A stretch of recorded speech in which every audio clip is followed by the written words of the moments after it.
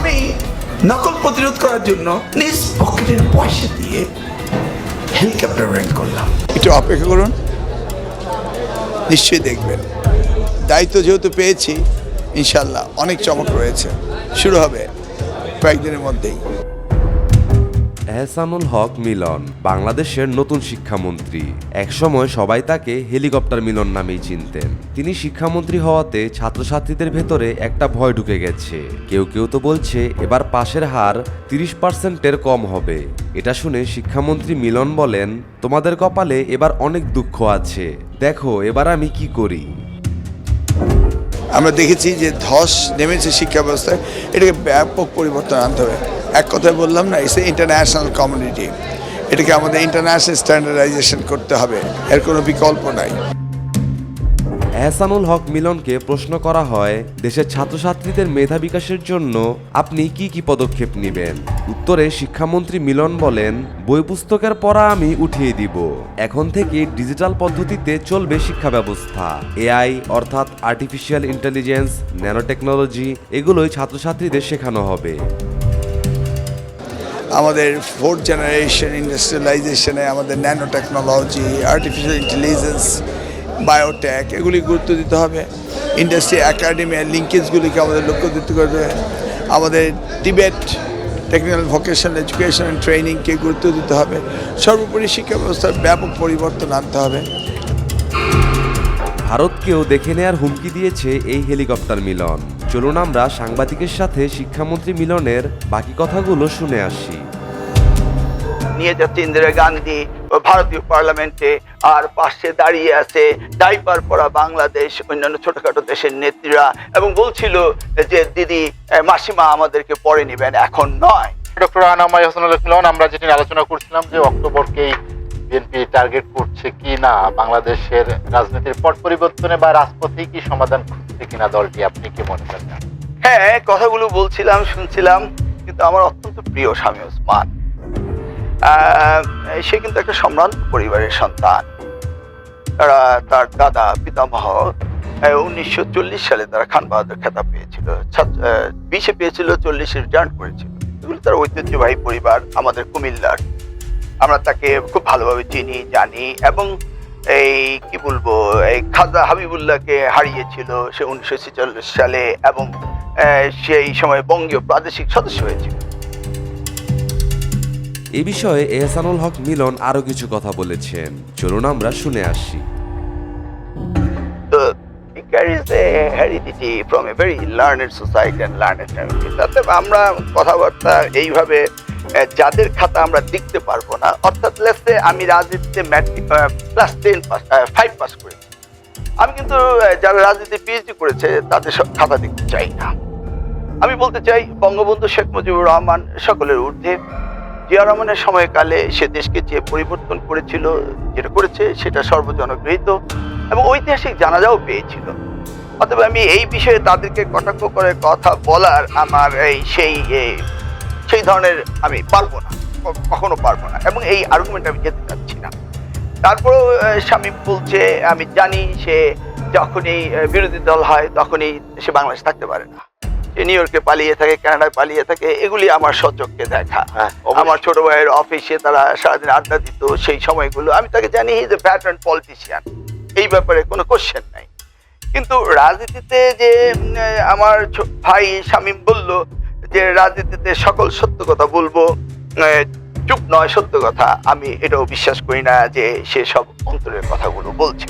হ্যাঁ, রাজনীতি আর্গুমেন্ট করছে, আমার বিষয়ে সে জানে, আমি ওর বিষয়ে জানি, আমরা সেই বিষয়গুলো নাই বা গেলাম। তবে এই যে আমাদেরকে বলা হচ্ছে বিগত দিনে আমরা আগুন সন্ত্রাস করেছি, বিহঙ্গ পরিবহনে 11 জনকে গান পাউডার দিয়ে হত্যা করা হয়েছিল শাহবাগের সামনে, বা আমি যদি 2006 সালের 28 অক্টোবরের কথা বলি, লৌকি বৈঠা দিয়ে কিভাবে মানুষকে হত্যা করেছিল, টেলিভিশনে মানুষ সেই দৃশ্য দেখেছিল, বাবা দেখেছিল পুত্রকে হত্যা, স্ত্রী দেখেছিল স্বামীকে হত্যা, সেই জায়গাটা আমরা যেতে চাই না। বা 1998 সালে যখন আমরা লং মার্চে গিয়েছিলাম, তখন আমাদের কাশপুর ব্রিজের পাশে ট্রাক দিয়ে বালির বস্তা দিয়ে আটকেছিল, আমি সেখানে ছিলাম, এবং সেখানে আমরা বেগম খালেদা জিয়ার সাথে আমরা খাগড়াছড়ি যাচ্ছিলাম। তিনি যা বলেছেন সত্যি বলেছেন। আমরা সবাই ভারতের বিপক্ষে। ভারতকে কোনো প্রকার ছাড় দেয়া যাবে না। সেখানে যে এই গদুল ইসলাম হলে কিভাবে আমাদের নয়, বাংলাদেশের একটি নারী, আমি নামটা এখন বলতে চাচ্ছি না, গৃহবধূকে কিভাবে গদুল ইসলাম হলে নিয়ে ধর্ষণ করা হয়েছিল, শাশুড়ি, শ্বশুর এবং পুত্রবধূ এবং তার ননসকে নিয়ে ঢাকায় ডেলিভারি কেসে আসছিল, তাকে ধর্ষণ করা হয়েছিল, এগুলি সমস্ত পত্রিকায় গল্পে লেখা রয়েছে।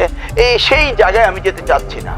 বা আমি 1972 হতে 75 পর্যন্ত একদলীয় যে শাসন ব্যবস্থা হয়েছিল, গণতন্ত্রকে যেন গলা টুটি চেপে হত্যা করা হয়েছিল, বাক স্বাধীনতা হরণ করা হয়েছিল, পত্রিকার স্বাধীনতা হরণ করা হয়েছিল, সেই জায়গাটিতে যাওয়ার আমাদের কোনো সুযোগ নেই। আমরা শুধু বুঝি যে আমরা স্বাধীনতা পেয়েছি এবং সেইটাইকে আমরা এখন এনজয় করতে চাই, আমরা সে জায়গায় যেতে চাই না। আমরা তো এটাও দেখেছি যে ঢাকা বিশ্ববিদ্যালয়ের শিক্ষকরা যখন সিকিমকে ভারত নিয়ে নিল, তখন যে একটি কার্টুন এসেছিল পত্রিকায়, একটি ট্রামে করে সিকিমকে নিয়ে যাচ্ছে ইন্দিরা গান্ধী ভারতীয় পার্লামেন্টে, আর পাশে দাঁড়িয়ে আছে ডাইপার পরা বাংলাদেশ, অন্যান্য ছোটখাটো দেশের নেত্রীরা, এবং বলছিল যে দিদি, মাসিমা আমাদেরকে পরে নেবেন, এখন নয়। সেই সময় ঢাকা বিশ্ববিদ্যালয়ে যে শিক্ষকরা, তারা সেই সময় এর বিবৃতি দিয়েছিল, কথা বলেছিল। এবং আমরা এটাও দেখেছি যে আমাদের ইউনাইটেড নেশনসে আমাদের সদস্য পদ পাওয়ার জন্য চীন বাধা দিয়েছিল, বলেছিল। এ বিষয়ে এহসানুল হক মিলন আরো কিছু কথা বলেছেন, চলুন আমরা শুনে আসি।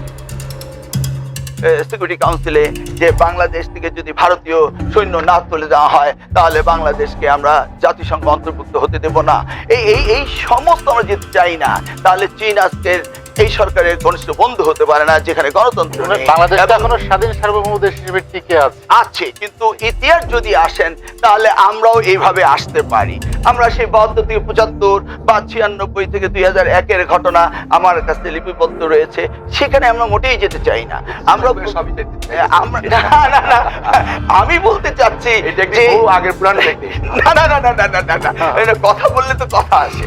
আমি কখনো বলতে চাইনি আমাদের, বা 2014 সালে শামীম ওসমান একটা ভয়াবহ, মানে আমার দৃষ্টিতে ভালো কাজ করেছিল র্যাব সম্পর্কে, 7 মার্ডার যেটা হয়েছিল নারায়ণগঞ্জে। অনেকেই হয়তো এটাকে অন্যভাবে দেখছে, বাট আই নো যে তার ভূমিকা সেই সময় কি ছিল। বা এই আজকের এসপি হারুনকে তুলে দেওয়া নারায়ণগঞ্জ থেকে, যে আওয়ামী লীগের একজন বিরাট স্টলওয়ার্ড, এই বিষয়গুলো তো গেলে তো আমরা দিন রাত তর্ক করতে পারবো। বাট আমি শামীম ওসমান যে ভালো কাজগুলি করেছে সেগুলির কথা বলছি, যে এই র্যাবের ব্যাপারে, যে এই কর্নেল তারেক সাঈদের ব্যাপারে, 7 মার্ডার কেসের ব্যাপারে সে যে সুন্দর ভূমিকা রেখেছিল, এগুলি কিন্তু সবই ভালো কাজ। এখন যদি আমার ভাই আমাকে বলে, আপনি যেটি বললেন যে শামীম ওসমানকে বিরোধী দলে গেলে পালিয়ে থাকতে হয় মার্কিন যুক্তরাষ্ট্রে, যেমন আমি থাকতাম, তাহলে কেন? সেটাই বলছি। আমাকে প্রেসক্রিপশন দিয়েছিল যে মিলন ভাই, বিরোধী দল হলে কিন্তু পালিয়ে থাকতে হবে, দেখছেন না আমাকে, সে আমাকে প্রেসক্রিপশন দিয়েছে, সেম থিং, আমিও পালিয়ে আছি। তো ইটস ভাইস ভার্সা। সেই জায়গাটিতে আমি আসতে চাচ্ছি। আমাদের সময় সে পালিয়ে, আচ্ছা আমি যদি বলি কতটা পালানো লাগছে, সেটা আমি বলছি। আমি যদি মানে শামীম ওসমানের দুর্নীতি করার সুযোগই পায়নি, সে তার বিরুদ্ধে দুর্নীতির মামলা হয়েছে, আমি সুযোগ পেয়েছি কিন্তু আমার বিরুদ্ধে দুর্নীতি মামলা করতে পারি। আমাকে তো 4.5 বছর জেলে রেখেছে। তিনি যা বলেছেন সত্যি বলেছেন। আমরা সবাই ভারতের বিপক্ষে। ভারতকে কোনো প্রকার ছাড় দেয়া যাবে না। বিনা কারণে আমি তো প্রত্যেকদিন হাজিরা দিচ্ছি। তো এই বিষয়গুলো কিন্তু আমাদের অ্যাড্রেস করতে হবে। এখন আমি পাশে যেতে চাচ্ছি না। এখন যদি আমার ভাই বলে পরেছেন মোগলের হাতে খানা এখন খেতে হবে সাথে, তাহলে আমি কিছুই বলবো না, আমি খানা খাবো, তাই নয় কি? কিন্তু বাস্তবতাটা কি?